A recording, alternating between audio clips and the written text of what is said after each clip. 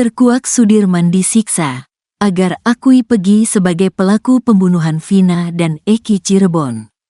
Fakta mengejutkan terungkap dari pengakuan mantan kuasa hukum Sudirman, Titin Prialianti. Sudirman, salah satu terpidana dalam kasus pembunuhan Vina Cirebon, diduga disiksa oleh oknum polisi agar mengakui bahwa Peggy Setiawan adalah pelaku utama dalam kasus tersebut. Informasi ini disampaikan Titin saat dikonfirmasi oleh Tribun pada Minggu, tanggal 25 Agustus tahun 2024, malam. Menurut Titin, Sudirman mengalami berbagai bentuk penyiksaan saat berada di Polda Jabar. Kemarin diceritakan waktu Peggy ditangkap pada tanggal 21 Mei tahun 2024, Sudirman ternyata sudah berada di Polda Jabar. Pada tanggal 22 Mei tahun 2024 sekitar pukul 4 waktu Indonesia Barat, Sudirman dilempar batu dan dipukul hingga akhirnya mengakui perbuatan yang sebenarnya tidak ia lakukan, ujar Titin, Minggu, tanggal 25 Agustus tahun 2024. Tidak hanya dipukul, Sudirman juga disiram air panas oleh oknum aparat kepolisian. Penyiksaan ini diduga dilakukan untuk memaksa Sudirman mengakui bahwa Peggy adalah pelaku pembunuhan Vina dan Eki. Kenapa disiksa? Waktu itu agar Sudirman mengakui kalau Peggy itu pelaku pembunuhan terhadap Vina dan Eki, ucapnya. Titin juga mengungkapkan bahwa pada tahun 2024, kakak Sudirman, Beni, sempat menerima kiriman video yang menunjukkan Sudirman sedang tidur dan pesan bahwa Sudirman hidup nyaman. Namun, menurut Sudirman, ia tidak pernah mengirimkan video atau pesan tersebut. Itu ternyata Sudirman tidak pernah menulis itu, tidak pernah mengirim video itu.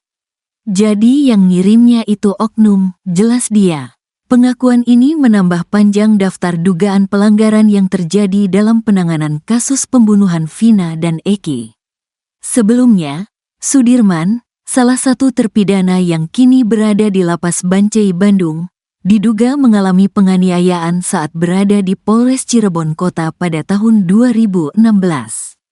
Dugaan ini muncul setelah mantan kuasa hukumnya, Titin Prialianti, mengungkapkan sejumlah fakta yang diceritakan oleh Sudirman saat dikunjunginya beserta keluarganya pada tanggal 22 Agustus tahun 2024. Menurut Titin, kunjungan ke Lapas Bancai Bandung itu dilakukan setelah ia mendapat informasi dari Perhimpunan Advokat Indonesia, Peradi, yang selama ini mengupayakan agar keluarga Sudirman bisa bertemu dengannya. Meskipun ada keterbatasan dalam pertemuan karena pengacara yang ditunjuk oleh Polda Jabar, pihaknya akhirnya berhasil menjenguk Sudirman.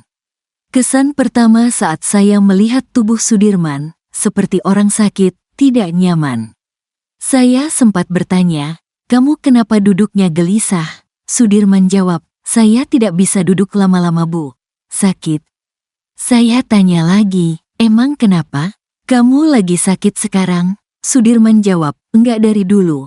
Jadi saya waktu di Polres Cirebon Kota ditembak pakai peluru karet," ujar Titin saat dikonfirmasi, Minggu, tanggal 25 Agustus tahun 2024, malam.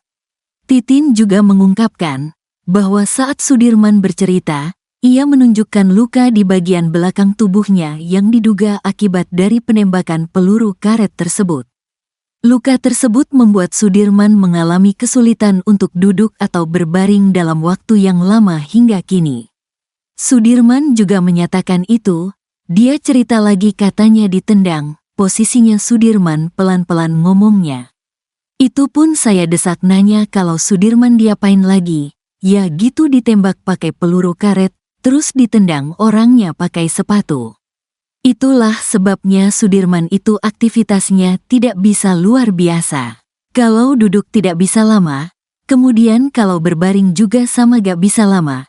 Tidur juga suka terbangun karena sakit jadi harus ganti dulu posisinya begitu katanya setiap malam. Ucap advokat yang memegang hak kuasa mantan terpidana kasus Vina Cirebon, Saka Tatal. Penembakan peluru karet tersebut diduga terjadi saat Sudirman diinterogasi dan dipaksa mengakui perbuatan yang tidak dilakukannya tahun 2016 lalu. Kejadian ini menambah deretan dugaan kasus penganiayaan yang dialami oleh beberapa mantan narapidana lainnya yang terkait dengan kasus yang sama di tahun 2016. Kasus ini kini menjadi perhatian banyak pihak, terutama setelah Sudirman dan beberapa pihak lainnya mulai berani berbicara lebih detail tentang apa yang mereka alami selama proses penyidikan.